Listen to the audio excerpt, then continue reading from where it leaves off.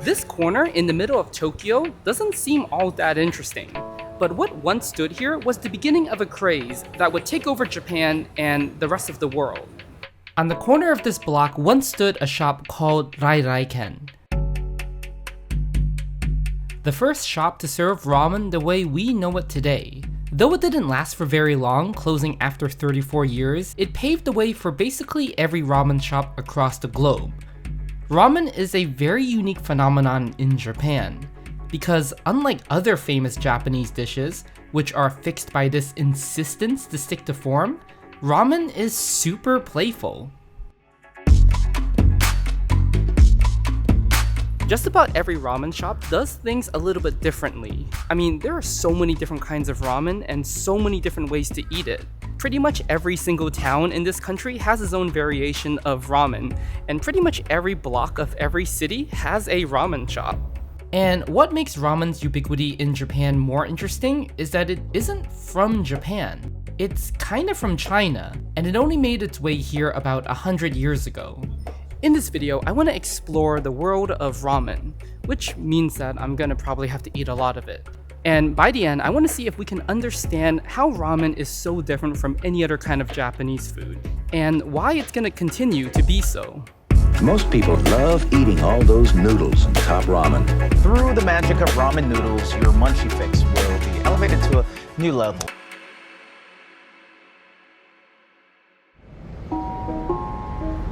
Okay, so to understand ramen, we need to know a little bit about the history of Chinese food in Japan. Despite the country being right next door to China, China's influence on Japanese food is surprisingly sparse. That's because for a few hundred years, Japan had sealed itself off from the rest of the world, under a policy called Sakoku. Now, during this time and before, bits of Chinese cuisine did sometimes make its way into Japan. I mean, this country uses chopsticks, eats rice, and drinks tea. But Japan wasn't heavily exposed to modern Chinese food until the Meiji Restoration, when Japan opened up its borders to the world. Within just a few years, thousands of Chinese people were suddenly living in settlements across the country, from Nagasaki, Kobe, and Yokohama. And when Chinese people migrate, they open restaurants. Many of the first Chinese restaurants in the country opened up here, in Yokohama, and many of them served a Chinese soup noodle dish called ramen. Ramen is made from soft wheat dough that's been repeatedly folded and stretched by hand. And this soup noodle, ramen, is not the same soup noodle as ramen. Probably the only thing about ramen derived from ramen is maybe the name, but it's a common misconception that ramen comes from ramen, which is, again, is not accurate. Okay, so what Chinese dish does ramen come from?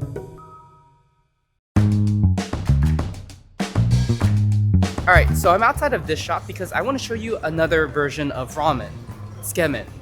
I've mentioned tsukemen before for my Osaka video about chocolate tsukemen, but basically tsukemen is essentially the ramen noodles separated from the broth, and it's your job to dip the noodles into the broth. Usually the broth is super thick, and one thing that people often do after you finish eating the noodles is that you can actually pour rice into the broth and sort of turn it into what the Japanese call a risotto. I'm outside of this shop because I think this shop actually has a pretty interesting gimmick where they apparently grate lemon or lime peel onto your ramen.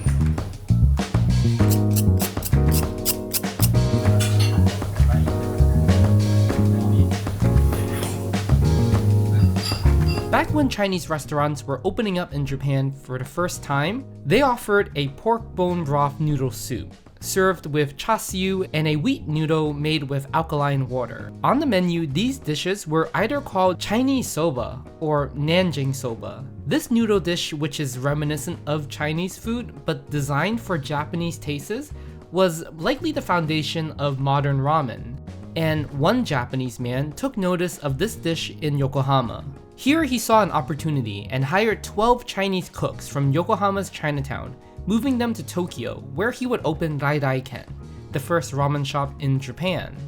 When it first opened, the restaurant served these dishes as Chinese soba from Guangdong, as the chefs were Cantonese. And pretty much from that point on, Chinese-style restaurants steadily began growing in popularity in Japan.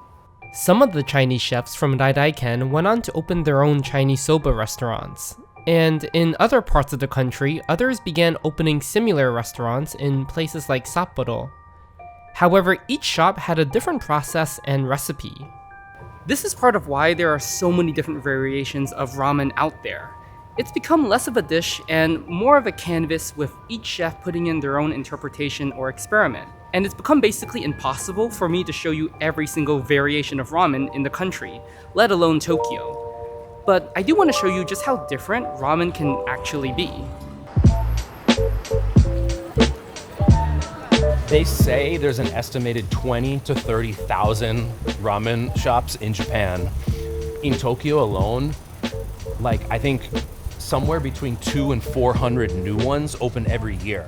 This is Abram, a.k.a. the Ramen Beast. He's an expert on ramen and the co-founder of a popular ramen shop himself. And he's here to guide me through a few shops and show me just how flexible ramen can be. So the name of this shop is Inose. It's run by a famous ramen master. His name is Mizuhara-san. There's kind of two ways to do ramen in Japan. There's the old school way, where you keep the same recipe for forever. Some shops are open 50, 60, 70 years. And then there's the new school way, where you're constantly tweaking recipes, trying to add new premium ingredients, new premium modern cooking styles, and that's what he specializes in. All right, so what you have is the Tokujo Kombu Sui Tsukemen.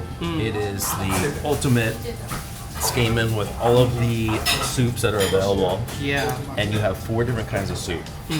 So the first one is kind of classic seafood dashi. There's also a Tokyo classic, which is kind of inspired by some of the old school classic Tokyo ramen shops like Taishoken or Marusho, which have a shoyu soup that is a little sweet, a little sour, and a little spicy. It's kind of a very classic Tokyo taste. One is a soy milk based tantan style soup that's chilled.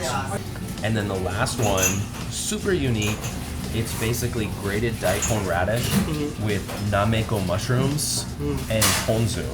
So this is a super new school style of ramen, super creative.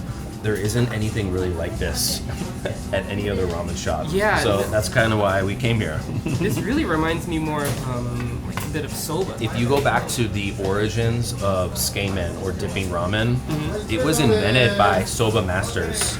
Oh. And really, the original story of how this style of ramen was created is the masters of ramen shops during their meal breaks, they would eat their ramen like soba because they had first been soba masters. And customers saw that and they were like, yo, we want to eat it like that too. Yeah. And then it kind of started getting served as tsukemen on the menu. Sorry, I've been half concentrating what you've been saying. I really want to eat this. All good. The way that the noodle goes up, it's way easier to slurp, honestly. Yep. The kombu water adds a slickness. You've been to how many ramen shops now? Yeah, I'd say close to 4,000. Yeah. And you still have thousands left to visit? It never ends. Yeah. One shop gets really popular or one style gets really popular. It's inevitable that new shops or other shops are going to emulate that style. Yeah. And there's clones that will pop up. So that's another thing why it makes it so hard to say oh, this one's the best, Ramen is constantly evolving.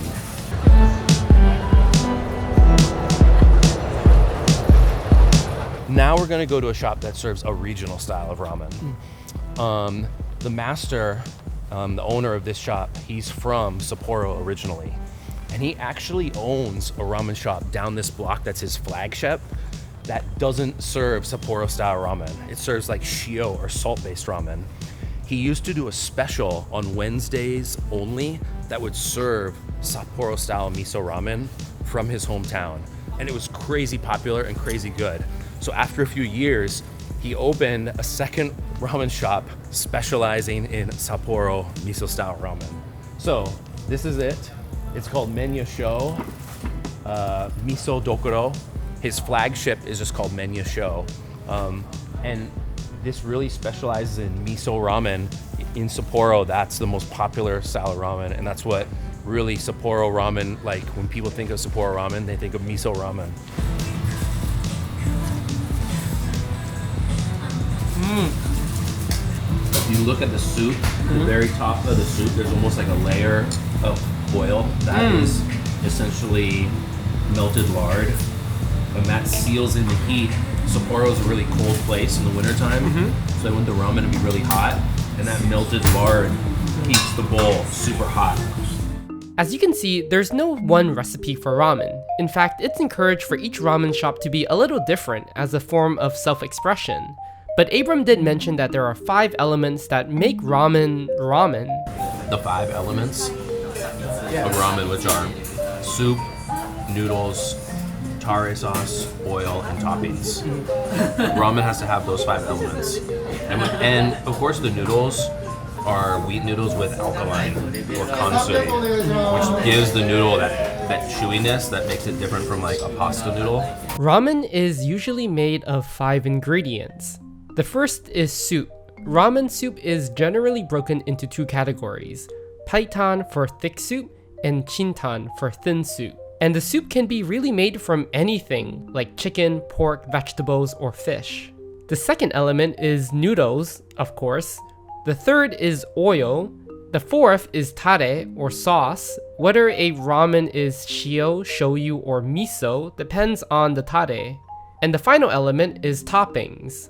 The most common toppings are chasiu, ajitama, negi, and menma, but really anything can go on top of ramen. I've seen tomatoes, butter, and even ice cream used as toppings. With all of these elements, basically any chef or region can create an infinite amount of different ramen. This behind me here is just a glimpse into how many different kinds of ramen there are in the country. So how did ramen become this pervasive in Japan and the rest of the world? Ramen's expansion across the country happened in 3 stages.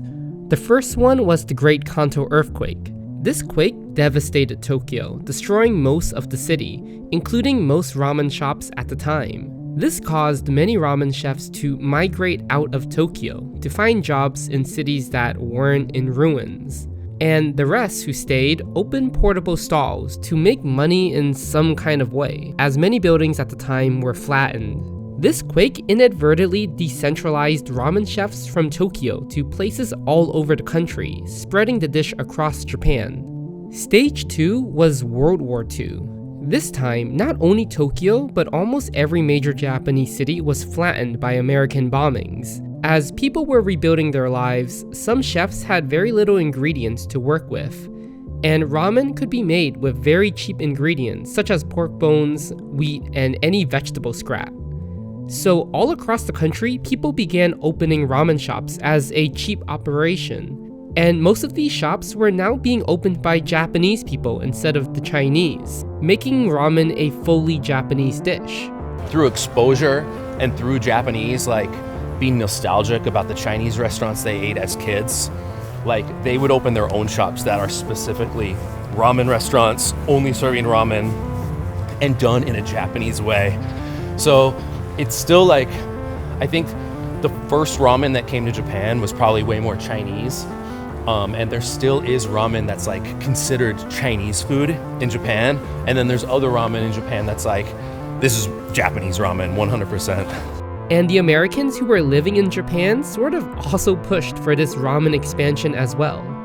Via the occupation, and Americans were like forcing wheat, and Japan had this ramen culture. So that was when you saw, like post World War II, ramen like really start to take off. And all these different areas of Japan, like their own regional styles popped up. Most people love eating all those noodles and top ramen. Cup of noodles, so good and easy. Just add hot water, wait 3 minutes, and you've got it made. Stage 3 was the invention of instant ramen in the 70s, which exploded across the world, introducing people to ramen everywhere. Everyone knows and loves instant noodles, instant ramen. That's like how I got into it. When I was, in high school and I'd come home from school, my parents were still working, fire up the top ramen, You go to India and like Indians love to eat instant ramen for breakfast. All over the world, people have instant ramen that they love. And when people come to Japan for the first time and they eat real, legit ramen in Japan, it's like your mind explodes. Like, holy moly, I didn't know that this existed. I had in my mind what I thought was ramen, but like, this is another level. Like, this is another planet. Ramen's popularity sometimes feels inevitable. It's a hearty and flexible dish that can essentially fit just about anyone's taste palette. It can be light or heavy, meaty or vegetarian, salty or sour. Ramen is so difficult to define as a singular dish because it feels like a disservice to do so. But I did want to see if I could try something close to the very original ramen served at Daidaiken. And I actually found a place that had just that. So, I'm at the Ramen Museum in Shin, Yokohama, and this place is pretty crazy. It's like teleporting back to the early Showa era. Inside this building looks like a town filled with ramen shops. And there's one ramen shop in this building that I really want to try, and it's Daidaiken. One thing I really love about ramen shops is that you can order before you actually sit down and eat, so by the time that you're done eating, you can just walk out. It's so much more convenient and you don't have to worry about if you've paid for food or not. So this is apparently the very first official ramen to exist. Let's see what it's like.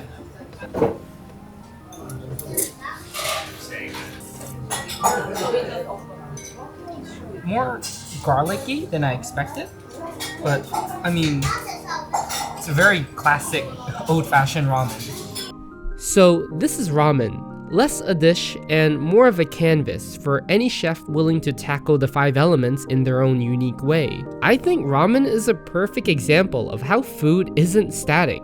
Yes, tradition is important, but innovation is equally exciting. No shop makes the same ramen, meaning that there will always be more ramen that exists than you can actually eat in your lifetime. You can literally try to just eat the new ramen shops that open in Tokyo, and still it's almost impossible to eat them all. And that's just the new shops, and that's just in Tokyo.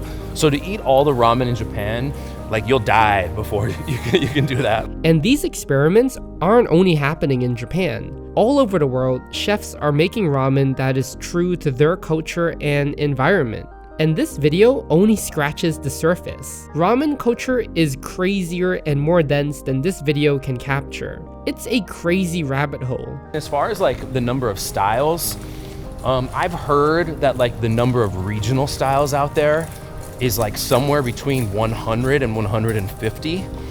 And then there are also like countless other like original styles that are really like only one shop does this, or, you know, it's constantly evolving.